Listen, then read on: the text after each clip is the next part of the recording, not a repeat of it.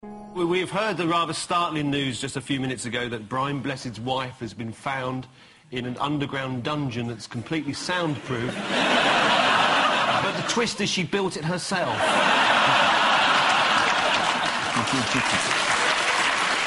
I should have done that in the show.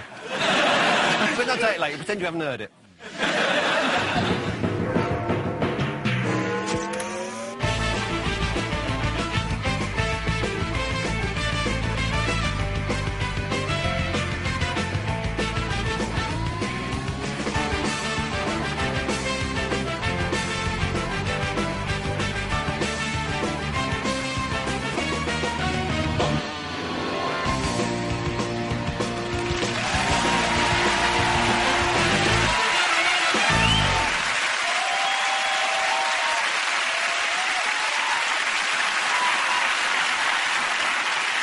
Good evening and welcome to Have I Got News For You. I'm Bill Bailey. In the news this week, in Afghanistan, the net tightens around Osama bin Laden as Britain's top disguise expert prepares to infiltrate the Al-Qaeda leadership.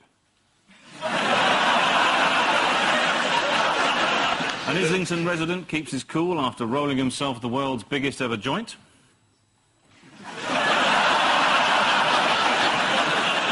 And there's evidence that, with a quick squirt of Evo Stick, Hillary Clinton has finally solved the problem of her husband's wandering hands.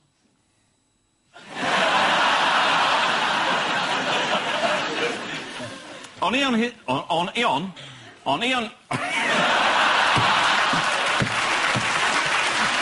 saying is, on Ian... Why couldn't he have a different name? Can't we have Brian Blessed back? Oh, have you heard the sad news about Brian Blessed's wife? No.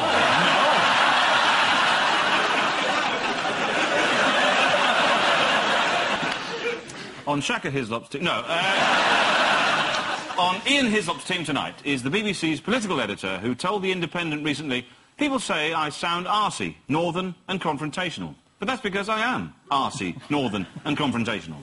Please welcome confrontational northern arse, Nick Robinson.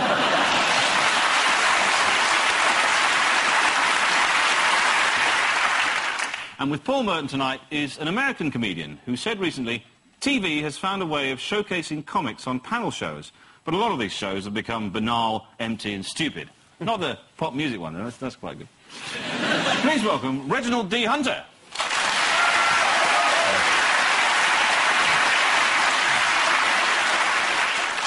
In round one, we cover the biggest stories of the week.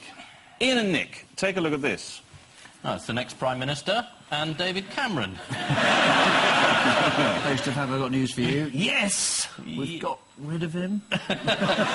They are looking sad. They've lost to the Lib Dems. He's got to use public transport again. Oh. And he feels your pain. He does. He's actually eating himself. And he's willing to appear on any sofa at any time. Has he appeared on yours? I don't actually have a sofa. It may... well, I do at home, but it may escape your That was a bit weird, though. They appeared on your... Hello. Yeah. My favourite question of the week, actually, was put to him on ITV's This Morning show. It was one of those sort of cosy chat shows, where they introduced him by saying, Prime Minister, we're glad you've come here because we want to give you an opportunity to look human. They lost to the Lib Dems. Well, I know, yes. Third, the Labour Party. They should remember one of the great Borisisms. If you look at the Boris sayings, no disasters, Boris once said. There are no disasters, there are only opportunities, and indeed, opportunities for fresh disasters. We've got a clip of Boris's very first action as mayor. Have a look at this. I now formally present the new mayor of London, Boris Johnson.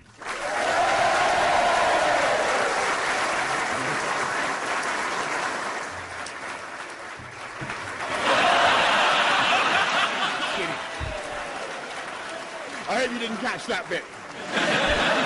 Great thing is he started as he means to go on. That's right, yeah. That's what people want, though, don't they? Yeah, they want a trip. Yeah.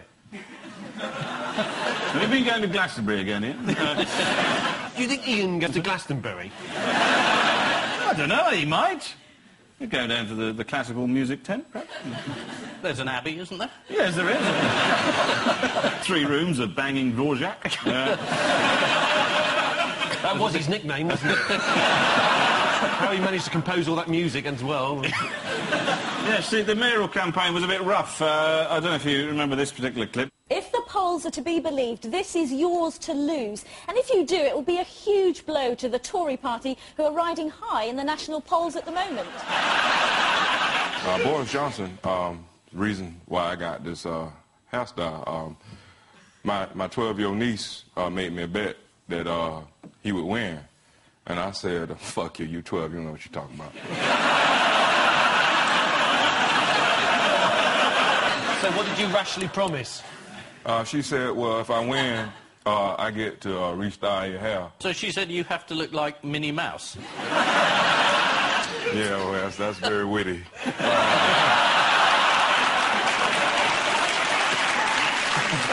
Yeah, I was going to say that's pop, all that, and I thought, oh, that's a bit racist, isn't it?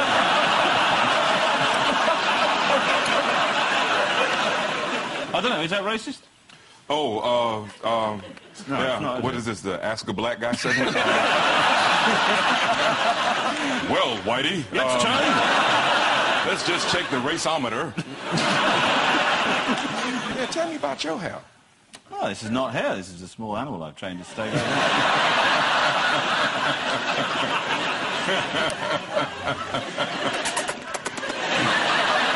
Not now, Lionel!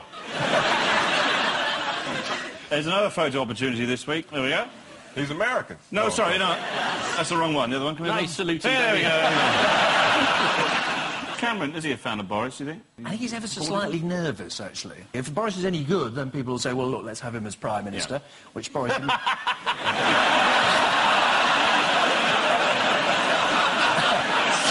one of those jokes that doesn't stop. Well, I know that when I was living in the ghettos of Deep South... Yeah, we've all done that. Yeah. When I was living in the ghettos of Deep South... Okay, well, I'm just going to let the white folks talk.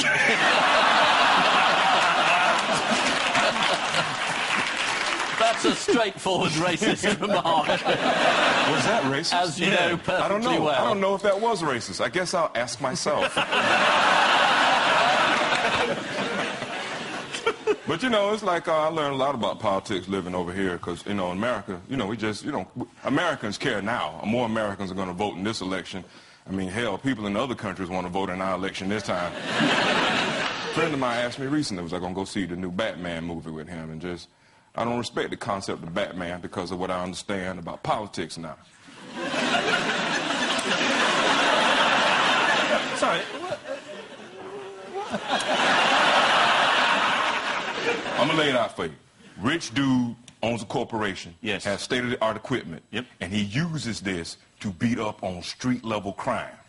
He doesn't mess with the industrialists or the super capitalists, the Murdochs or the Trumps. He rather just fuck with the purse snatchers on the corner. Batman is a conservative's wet dream. Fuck Batman.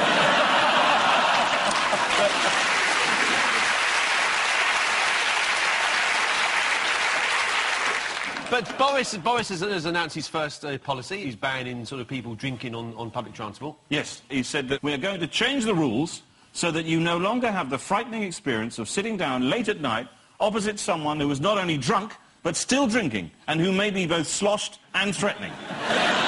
Yes, I saw Brian Blessed on the show last week as well. Did you hear about his wife, Brian Blessed's wife? Yeah. With the secret compartment? If they found her in an underground cellar, amazing, completely soundproof. Yeah, and the weird thing about it is... Yeah, she built it herself. She built it herself.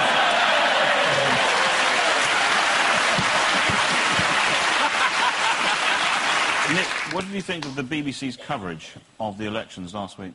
Absolutely brilliant. Did you have a look at Jeremy Vine last Thursday night, explaining the implications of various results for Nick Clegg?